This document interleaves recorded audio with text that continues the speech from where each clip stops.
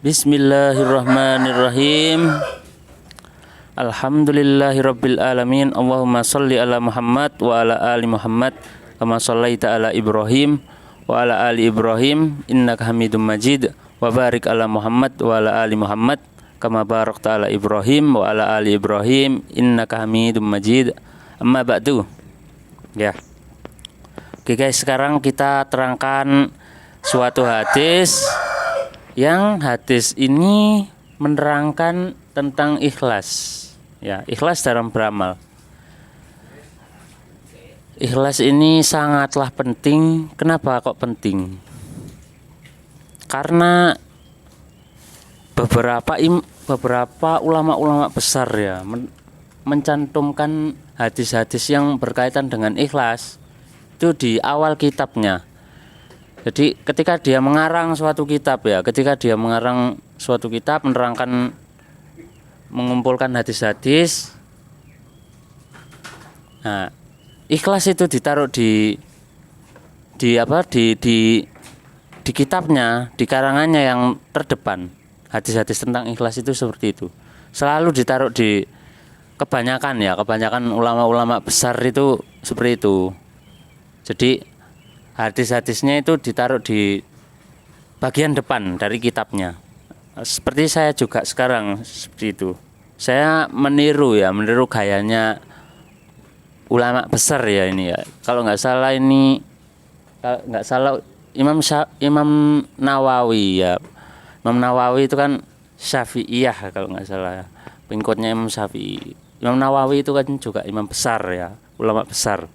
Jadi menerangkan hadis-hadis yang berkaitan dengan ikhlas itu ditaruh di depan supaya apa? Supaya supaya dalam ketika menyebutkan hadis-hadis setelahnya, hadis banyak ya, kitab-kitab di kitabnya hadis-hadis menyebutkan hadis-hadis yang banyak.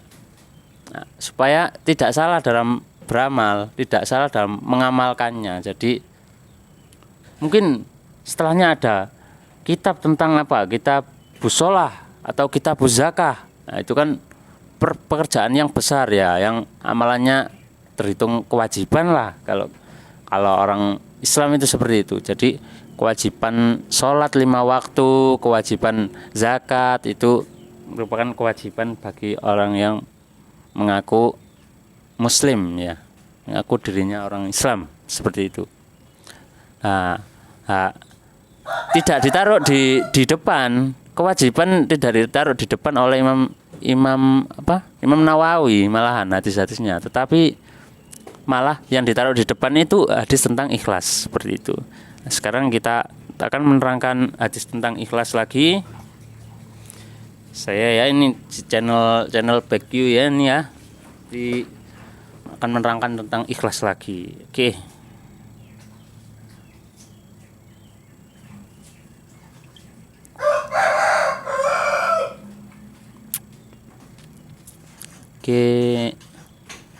Yaitu hadisnya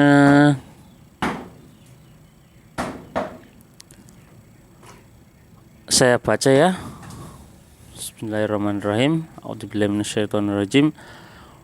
Wa an Abil Abbasi Abdullah bin Abbas bin Abdul Muttalibi radhiyallahu anhuma an Rasulillahi sallallahu alaihi wasallam fima yarwi an rabbih tabaraka wa ta'ala qala innallaha katabal hasanati was sayyiati summa bayyana dzalika faman hamma bihasanatin falam ya'malha katabahallahu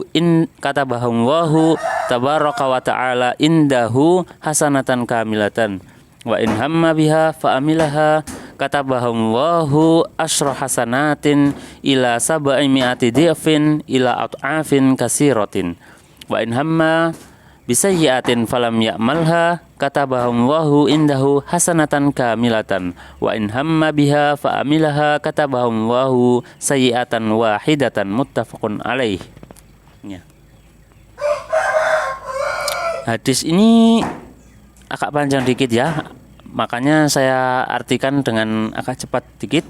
Oke, untuk menyikat waktu juga. Wa an Abil Abbas Abdullah bin Abbas bin Abdul Muttalib radhiyallahu anhuma. Dan dari Abil Abbas Abdullah bin Abbas bin Abdul Muttalib, semoga Allah meridhoi keduanya. An Rasulillah sallallahu alaihi wasallam, dari Rasulullah sallallahu alaihi wasallam, yaqulu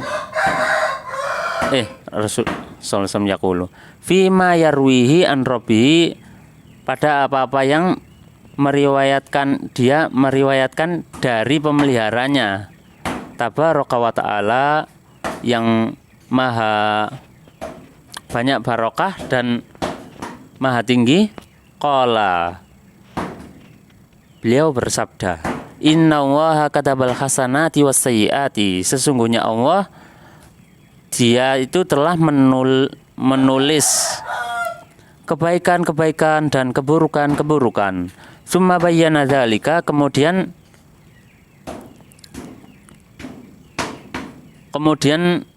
Allah Subhanahu wa ta'ala menerangkannya. Nah, ini kan Nabi Muhammad meriwayatkan dari Allah Subhanahu wa ta'ala, dari pemeliharanya. Nah, ini namanya hadis qudsi ya. Hadis qudsi itu Nabi Muhammad menerangkan apa yang disampaikan oleh Allah Subhanahu wa ta'ala. Hadis qudsi itu tidak dimasukkan di dalam Al-Qur'an, tetapi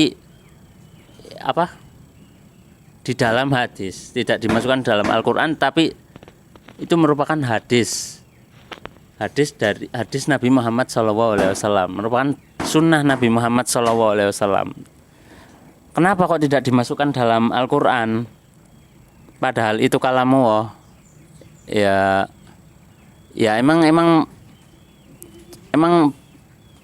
udah ditentukan. Yang ayat-ayat Al-Qur'an itu udah ditentukan. Itu kalam Allah yang diwahyukan oleh Allah Subhanahu wa ta'ala, itu udah ditentukan kalam Allah. Lah terus hadis qudsi ini beda. Mungkin apa ya? Mungkin kurang apa? Tingkatannya kurang tinggi atau gimana gitu loh, nggak sampai dimasukkan ke dalam Al-Qur'an seperti itu. Tapi ini hadis qudsi, hadis yang menerangkan tentang kalam Allah ya, menerangkan tentang kalam Allah. Kalam Allah itu tahu ya, kalam Allah itu ya. Kalam Allah itu kalau orang-orang itu bilang firman Allah itu. Allah berfirman ya, seperti itu. Allah berkalam gitu loh. Kalam Allah. Kalau ulama-ulama itu sering menggunakan kalamullah, enggak yang lain. Jadi seperti Al-Qur'an itu kalamullah seperti itu. Enggak yang lain. Mungkin semua ulama juga mengatakan seperti itu. Jadi Al-Qur'an itu kalamullah. Seperti di sini. Ini Allah Subhanahu wa ta'ala berkalam ya di dalam hadis ini ya. Ini hadisnya agak panjang ya, tak singkat, tak cepetin nerangannya. Allah menerangkan bahwasanya Allah itu mencatat amalan-amalan baik dan buruk-buruk, amalan-amalan buruk ya. Gimana Allah menerangkannya? Allah menerangkan faman hamma bihasanatin falam ya'malha, maka barang siapa yang dia itu mempunyai keinginan yang sangat untuk melakukan kebaikan, falam ya'malha, kemudian dia itu tidak melakukannya, belum melakukannya, kata bahwahu tabaraka wa ta'ala, maka enggak pakai maka ya, kata bahwahu Allah Subhanahu wa ta'ala telah menulisnya indahu, di sisinya. Allah yang maha tinggi, yang maha banyak barokahnya itu telah menulisnya di hadapannya, di sisinya ya, di hadapannya hasanatan kamilatan, kebaikan yang sempurna, satu kebaikan yang sempurna. Wa in hamma biha fa amilaha, dan jika dia itu amat berkeinginan untuk melakukan suatu amalan tadi ya, melakukannya, fa'amilaha, lalu dia melakukannya, lalu dia telah melakukannya ya. Kata bahwahu asyra hasanatin, Allah Subhanahu wa taala telah menulisnya 10 kebaikan. Ila sab'i mi'ati dhifin ila at'afin kasiratin. Tidak hanya 10 kebaikan, ila sab'i mi'ati dhifin, sampai 700 kali lipat, dan sampai dilipat-lipat, kelipatan-kelipatan yang lebih banyak lagi. Ini sampai sekali lipat 700 kali lipat, ini dilipat-lipatkan lagi, ini dilipat-lipat-lipat gitu. Jadi banyak sekali kebaikan seperti itu kalau Allah mencatat kebaikannya. Wa in hamma bisayiatin falam ya'malha, dan jika Allah Subhanahu wa dan jika seseorang itu jika dia itu sangat ingin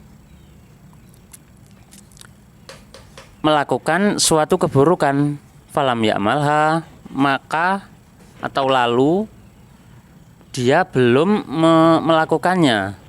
Kata bahwahu indahu hasanatan kamilatan, Allah Subhanahu wa taala mencatatnya di sisinya, di hadapannya, satu kebaikan yang sempurna.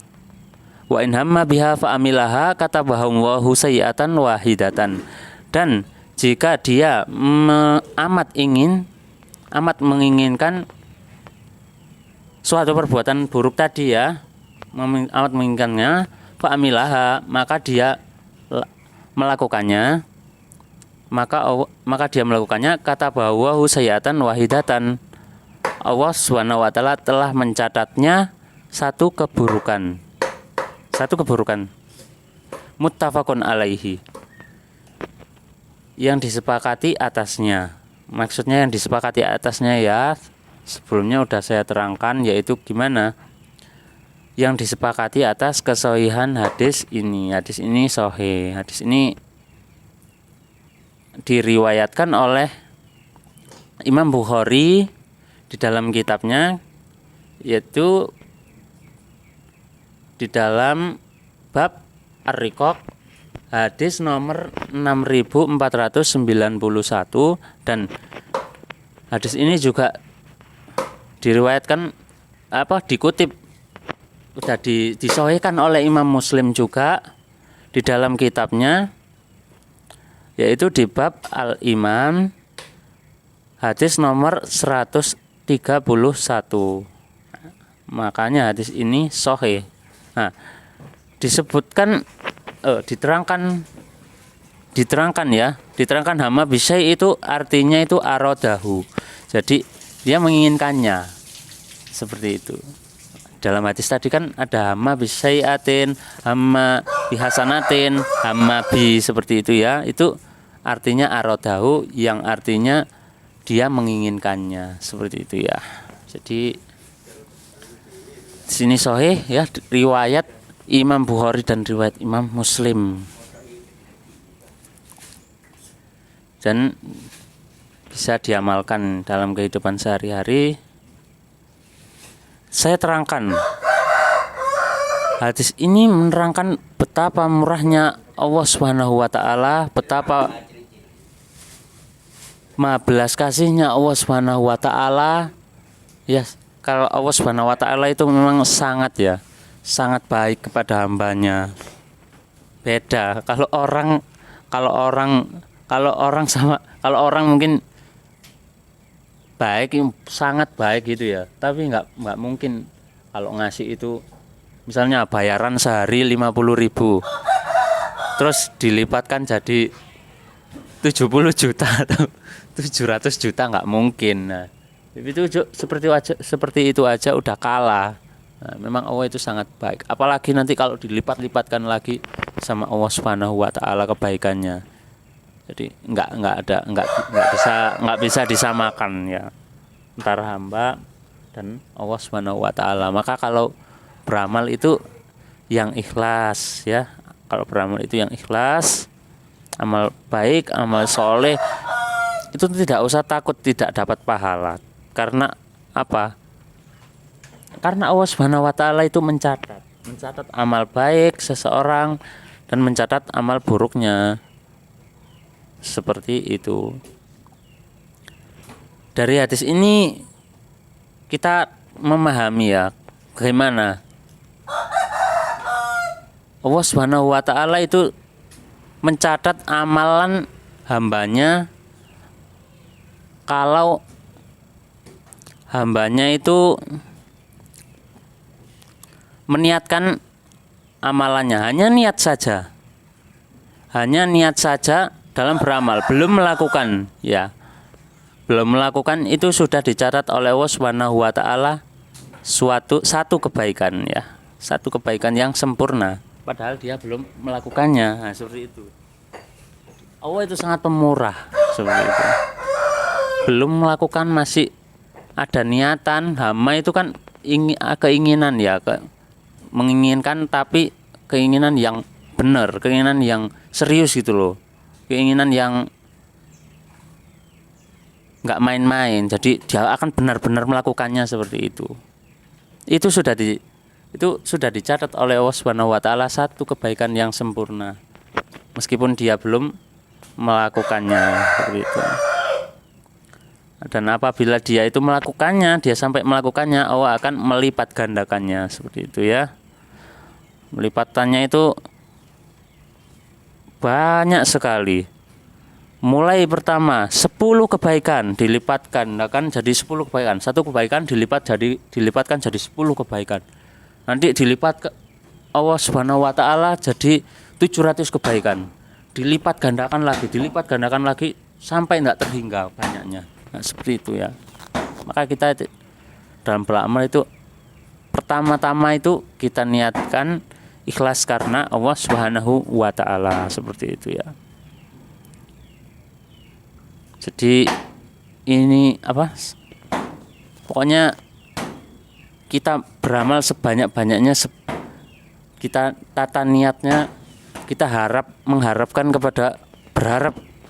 kita hanya berharap kepada Allah Subhanahu wa taala, karena hanya Allah Subhanahu wa taala lah yang akan mengganjar kita dalam beramal di dunia ini. Tentunya juga Allah Subhanahu wa taala lah itu yang paling pemurah seperti itu ya. Yang paling pemurah. Jadi kita itu lebih baik berharap kepada Allah Subhanahu wa taala saja daripada kita berharap kepada manusia meskipun dia itu baik. Nah, seperti itu. Kalau pemahaman saya seperti itu ya. Soalnya kenapa? Karena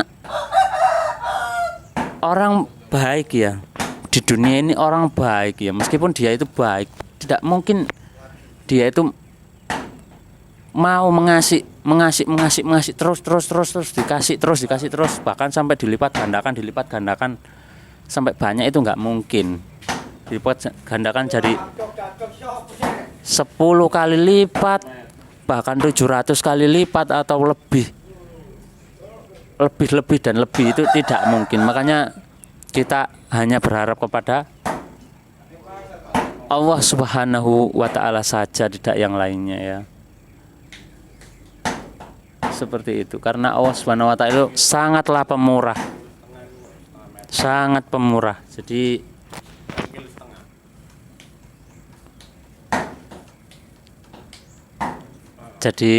apa? Jadi kita itu berharap hanya kepada Allah Subhanahu wa taala. Kita dalam beramal itu kita ikhlas ya. Namun kita ikhlas, dengan begitu kita akan mendapatkan pahala dari Allah Subhanahu wa taala. Dan sekarang juga apa? Hadis ini juga menerangkan tidak hanya orang yang melakukan kebaikan saja, tetapi orang yang melakukan keburukan juga Allah Subhanahu wa taala akan mencatatnya. Nah, oke, kalau mencatat, Allah Subhanahu wa taala mencatat keburukan seseorang gimana? Di sini disebutkan fa in hamma bisayyi'atin falam ya'malha katabawahu hasanatan wahidatan. Nah, karena Allah Subhanahu wa taala itu maha pemurah ya, maha penyayang, maha pemurah pokoknya. Jadi kalau ada seorang hamba mempunyai niatan buruk, mempunyai niatan jelek, tapi mempunyai niatan buruk yang sangat jelek, dan dia akan melakukannya seperti itu. Dia sangat berkeinginan untuk melakukannya, tapi belum dia lakukan, maka Allah Subhanahu wa taala mencatatnya satu kebaikan. Nah, seperti itu. Nggak dicatat keburukan kayak tadi. Kalau kayak melakukan kebaikan, hanya niat saja udah dicatat kebaikan. Nah, ini niat buruk. Tadi kan kebaikan yang sempurna ya, dicatat Allah, niat saja dicatat Allah Subhanahu wa taala dengan kebaikan yang sempurna. Nah, kalau ingin melakukan keburukan tapi tidak dia lakukan, hanya dicatat Allah Subhanahu wa taala dengan satu keburukan saja. Seperti itu. Nah, terus kalau dia udah niat melakukan keburukan, udah sangat niat melakukan keburukan, terus dia lakukan, ternyata sampai dia lakukan. Nah, seperti itu. Terus gimana? Ini disebutkan juga gimana? Fa in hamma biha fa amilaha kataballahu sayyi'atan wahidatan. Nah, Allah Subhanahu wa taala telah mencatatnya. Kalau dia udah melakukan keburukan tadi, udah sangat niat melakukan keburukan, udah sangat niat ya, terus lalu dia melakukannya, dia sampai melakukannya, maka Allah Subhanahu wa taala telah mencatatnya satu keburukan aja. Tidak lebih, tidak kurang, tidak dilipat-lipatkan. Kayak tadi kalau melakukan kebaikan, ada hambanya yang melakukan kebaikan dilipat gandakan sampai 10 sampai 700 sampai lipatan yang sangat banyak, tak terhingga ya, sangat banyak. Nah, ini kalau melakukan keburukan hanya dicatat dengan satu keburukan, tidak lebih, tidak kurang. Itu merupakan kemurahan dari Allah Subhanahu wa taala. Makanya kita harus menjaga niat kita dalam muamalah sehari-hari. Kita jauhi perbuatan-perbuatan yang buruk, kita jaga niatan kita supaya selalu untuk Allah, ikhlas karena Allah Subhanahu wa taala, tidak karena yang lainnya. Nah, seperti itu. Karena Allah Subhanahu wa taala itu akan mencatat amalan-amalan kita. Nah, perbuatan-perbuatan yang buruk kita hindari, semuanya kita hindari. Ya, soalnya apa? Soalnya karena dicatat oleh Allah Subhanahu wa taala, maka harus kita hindari dalam perbuatan sehari-hari ini. Misalnya ada dagangan, orang jualan, terus kita kepingin. Nah, kalau biasanya kan orang kepingin itu kan kalau nggak tahu kan langsung nyuri aja ya, langsung ambil aja, seperti itu ya. Nah, berhubung ini ada Allah Subhanahu wa taala, ada Allah yang akan mencatat amalan kita, yang akan bahkan mencatat niat-niat kita, sudah diketahui oleh Allah, sudah dikasih balasan oleh Allah Subhanahu wa taala.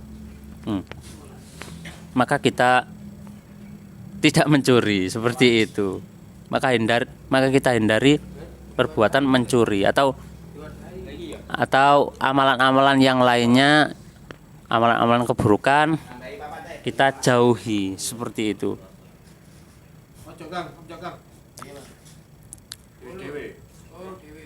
Perbuatan dalam sehari-hari itu kan banyak ya, contohnya ya.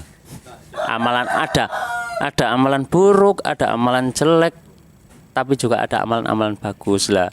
Nah, kita itu menjaga niat kita agar selalu melakukan kebaikan, dan kita hindari perbuatan-perbuatan buruk, kita hindari niatan-niatan yang buruk, dalam kehidupan sehari-hari kita, supaya kita mendapatkan banyak catatan-catatan yang baik, supaya amalan-amalan kita dilipat-lipat gandakan oleh Allah Subhanahu wa taala.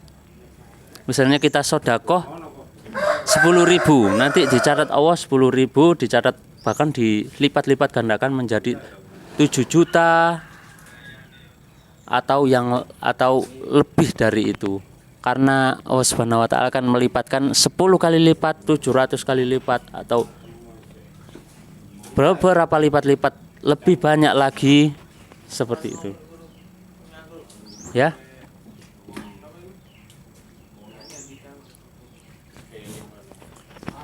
Jangan sampai kita melanggar mempunyai niatan-niatan buruk. Kita hindari niatan-niatan buruk, kita lakukan niatan-niatan yang baik supaya kita mendapatkan catatan yang baik dan kita terhindar dari catatan-catatan yang buruk seperti itu. Bahkan niatan kita harus kita jaga, apalagi amal kita. Kita harus menjaga amalan-amalan kita juga.